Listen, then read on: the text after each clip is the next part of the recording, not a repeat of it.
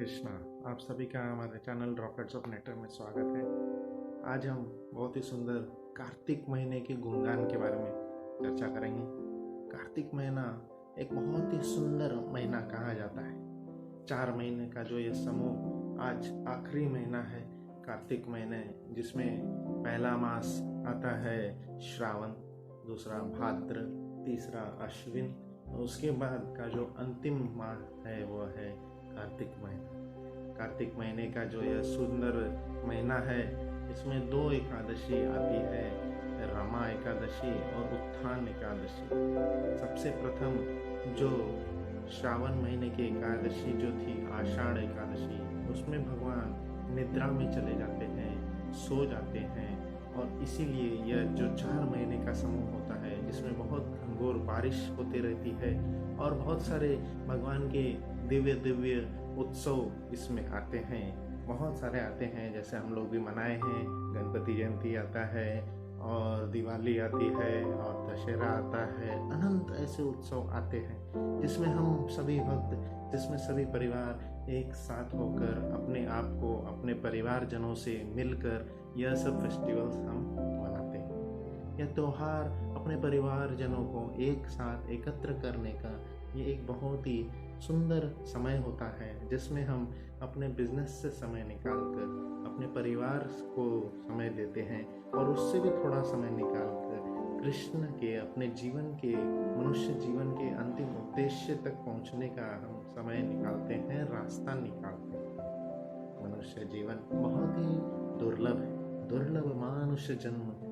तो इस दुर्लभ मानुष जन्म को साकार करने के लिए इन उत्सवों में हम जब कृष्ण को याद करते हैं, कृष्ण के पास जाने का प्रयास करते हैं, तब हम इस अपने जीवन को और सफल बना सकते हैं। मनुष्य जीवन हमें अपने जो हमारा उद्देश्य है, भगवत धाम वापस जाना, भगवत की प्राप्ति करना, भगवान की प्राप्ति करना, इस ओर ले जाने में यह सब जो त्यौहार आते हैं ये बहुत ही ज़्यादा लाभकारी होते हैं। तो श्रावण, भाद्र, अश्विन और अंत में अभी कार्तिक महीना आ रहा है। अश्विन महीना अभी समाप्त हो चुका है। अभी जो कल शरद पूर्णिमा है, शरद पूर्णिमा की रात से अंतिम जो 18 नवंबर तक अभी कार्तिक महीना चालू होगा। इसको भक्तगण दामोदर महीना भी बोलते हैं। इसमें भगवान की अनंत लीलाएं हुई हैं, अनंत इसमें हमें त्यौहार देखने को मिलते हैं। यह शुरू ही होता है जो शरद पूर्णिमा की रात है, भगवान जो रास यात्रा करते हैं, रास नृत्य जो किए गोपियों के साथ में, उसके साथ में यह शुरू होता है। तो भक्तगण इसमें बहुत सुंदर रूप से अपने आप को उठा करके अपने अलग अलग जीवन में जो भी हमने अलग अलग समय में जो भी पाप कृत्य किए हैं, उन सबको हमें खत्म करने का, हटाने का ये बहुत ही अच्छा समय है। इसमें भक्तगण जो आमिष आहार है, आमिष आहार जैसे बाहर के लोग भी जो मछली है या ऐसे जो आहार हैं, इससे हम वर्जित करते हैं अपने आप को। स्पेशली भक्तगण तो मछली खाते ही नहीं है, तो वो उड़द दाल जो होता है, उड़द दाल, मसूर दाल, ये सबसे अपने आप को वर्जित रखते हैं। ये इसमें जिस ज़्यादा से ज़्यादा मांस, प्रोटीन बहुत ज़्यादा ऐसा पाया जाता है, तो शरीर को वर्धन करने वाले चीज़ों से दूर रह करके कृष्ण के पास जाने का और अच्छा प्रयास हमें करना चाहिए। शारीरिक पोषण से हटकर आत्मा के पोषण पे हमें चर्चा करना चाहिए, उसके ऊपर हमें ज़्यादा फोकस देना चाहिए। कई सारे लोग यह मास में सुंदर वृंदावन धाम में जाकर के वास करते हैं। मथुरा, वृंदावन, जगन्नाथपुरी, मायापुर, इन सब धाम में, यह सब धाम जो होता है यह हम सभी को पवित्र करने वाला है, पावन करने वाला है। स्वयं भगवान इस जगह पे विराजे हैं, अर्थात इन सभी धाम में जाकर रहना हमारे जीवन के लिए बहुत ही लाभकारी होता है। इसलिए हमारे ये 4 महीने का जो अंतिम महीना है कार्तिक महीना, इसमें अनंत कई सारे फेस्टिवल्स भी आते हैं। जैसे प्रथम ही है रास यात्रा। भगवान अपने गोप सखियों के साथ में शरद पूर्णिमा की रात को उन सभी गोपियों को जो कि बहुत ही सुंदर व्रत किए थे अपने इष्ट देव कृष्ण को प्राप्त करने के लिए, उनके साथ में शरद पूर्णिमा की रात को, उस रात को जिसको कृष्ण ने ब्रह्मा की रात के जैसा इतना बड़ा रात बना दिया, उस रात में, शरद पूर्णिमा की रात में गोपियों के साथ में नृत्य किए और उनको अपना निज संग दिए, अपना निज संग दिलाकर उन सभी को तृप्त कर दिए। ये सभी गोपियां सिर्फ कृष्ण के ही लिए, कृष्ण के संग के लिए ही यह जी रही थी, कृष्ण के संग के लिए ही इनका जीवन था। ये सब कौन थी? जो अलग अलग कृष्ण के अवतार हुए हैं, उन सभी अवतारों में जो कृष्ण से इनके प्रति आकर्षित हुई थी, वे सब। जैसे जब राम अवतार में राम भगवान वनों में जा रहे थे, तो वन में जो कई सारे ऋषियाँ थी, वह ऋषि भी राम भगवान की जैसे सीता माता सेवा कर रही थी, वैसे वो सेवा करना चाहते थे। पर राम भगवान बोलते हैं, मैंने तो एक पत्नी व्रत लिया है, अतः मैं नहीं आपको स्वीकार कर सकता। अगले जीवन में आप आइएगा, अगले अवतार में जब मैं आऊँगा तो कृष्ण के रूप में आप सभी को मैं स्वीकार करूँगा। तो इस तरह से कृष्ण के रूप में वह सभी गोपियों को स्वीकार करते हैं।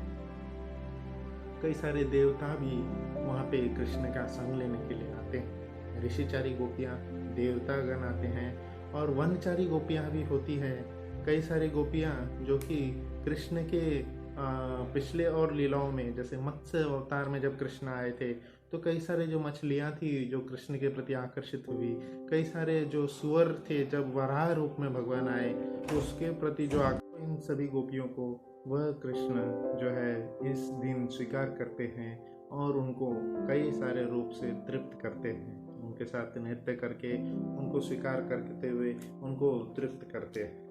भगवान की यह दिव्य लीला जो आज के दिन हुई थी, तो सब लोग आज इसको स्वीकारते हैं और इसको पुनः व्यक्ति अपने जीवन में उतारते हैं। और भी इस पूरे शरद पूर्णिमा के आगे जो यह पूरा शुरू हो रहा है, यह चालू हो जाएगा।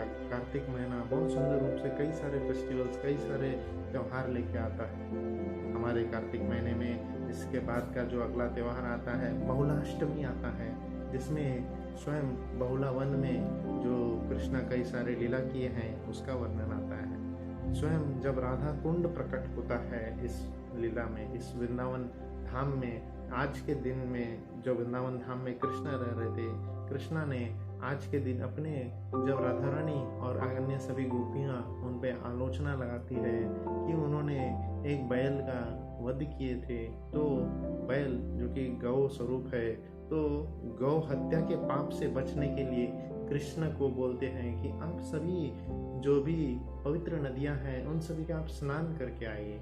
अर्थात इसलिए यह कृष्ण बताते हैं, कृष्ण उन सभी को संतुष्ट करने के लिए सभी पवित्र नदियों को ही वृंदावन में बुलाते हैं।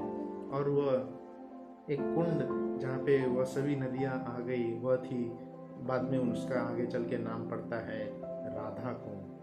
तो राधा कुंड कृष्ण ने बनाए थे और उसमें वह सभी नदियों में स्नान किए। बाद में कृष्णा राधा रानी को भी बोलते हैं, आपने मुझ पे झूठा आलोचना लगाए, इसलिए आप भी एक कुंड बनाइए, आप भी उसमें स्नान करिए। तो राधा रानी जो कुंड बनाती है वह श्याम कुंड कहलाता है।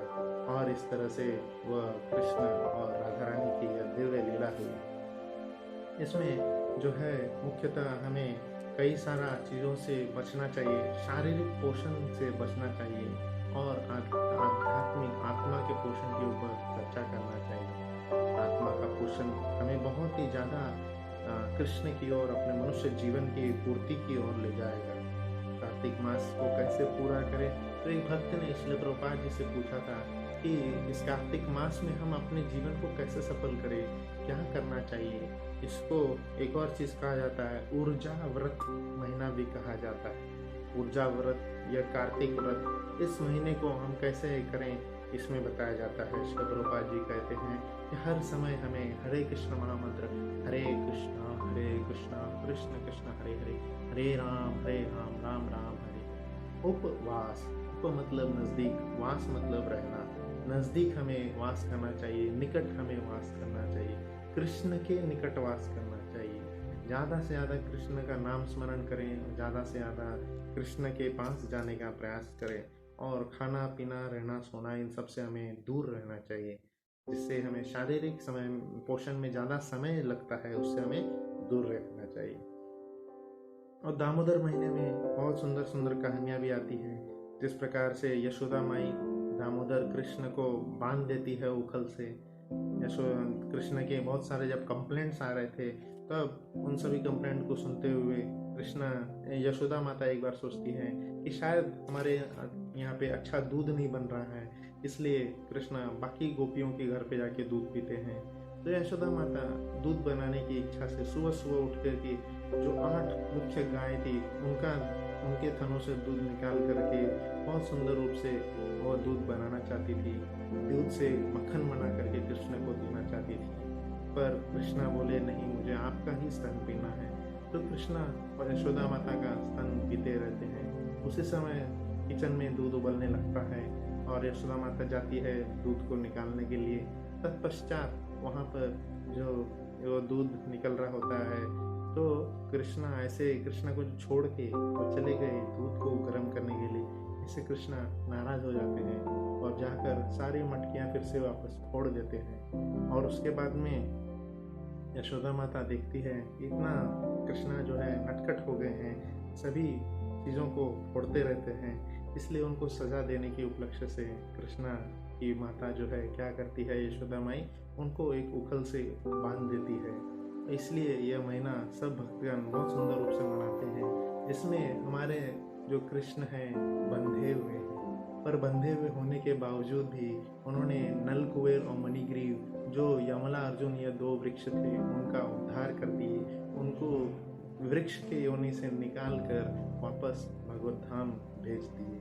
तो बंधे होने के बावजूद भी कृष्णा हम सभी का उद्धार कर सकते हैं, इसलिए दाम अर्थात रस्सी, उदर अर्थात पेट। तो दामोदर महीने जिसमें रस्सी से कृष्णा को बांध दिया गया, पर फिर भी कृष्णा सभी को उद्धार करते।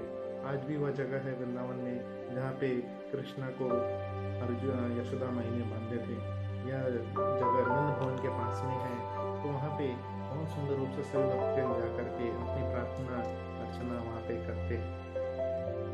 तो और भी बहुत सारे लीलाएं इस महीने में हुई, जिसमें कृष्ण के इन सभी मंत्रों का जाप करके कृष्ण की उन लीलाओं का श्रवण किया जाता है। बहुलाष्टमी होता है, जिसमें राधा कुंड और श्याम कुंड का प्राकट्य है।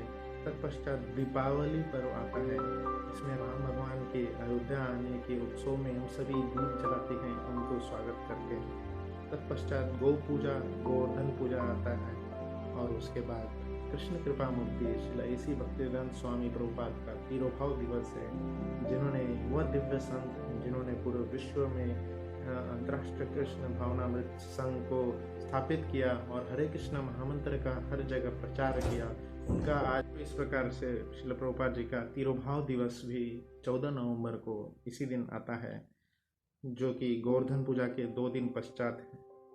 और उसी के बाद गोपाष्टमी भी आती है, जिसमें कृष्ण गाय चराने की लीला करते हैं। गाय चराने के लिए वो आगे बढ़ते हैं, और अंत में उत्थान एकादशी आता है। उत्थान एकादशी अर्थात देवतागण जो सो गए थे, विष्णु जो सो गए थे, निद्रा में चले गए थे, योग निद्रा में, वह उठ जाते हैं। और इसी के साथ यह दिव्य जो है संपूर्ण कार्तिक महीना समाप्त होता है। भक्तगण इस महीने में दामोदर अष्टकम यस गीत से भगवान को प्रसन्न करने का प्रयास करते हैं। दामोदर अष्टकम नमामीश्वरम सच्चिदानंद रूपम, इस गीत में इस गीत से बनाया जाता है। भगवान को लसत दामोदर नमामीश्वरम सच्चिदानंद रूपम लसत कुंडलम गोकुले ब्रजमानम यशोधाभियो लुखला दब्दमानम परामृष्टम अत्यंत दुत्य गोपया। इस तरह से आगे बढ़ते हुए यह सुंदर गीत यहाँ पे जो बताया जा रहा है, आगे चल के यह सभी पूर्ण भगवान की इन सभी लीलाओं को यहाँ पे बताता है। सत्यव्रत मुनि द्वारा रचित यह गीत भक्तगण पूरा महीना भर मनाते हैं और अपने आप को, अपने जीवन को सफल करते हैं। इसी के साथ आज का सत्र हम समाप्त करेंगे। कार्तिक महीने में आप सब भी कृष्ण नाम का ज़्यादा से ज़्यादा जप करें, कृष्ण नाम के पास रहने का प्रयास करें, भगवान कृष्ण की ज़्यादा भक्ति करने का प्रयास करें। हरे कृष्ण।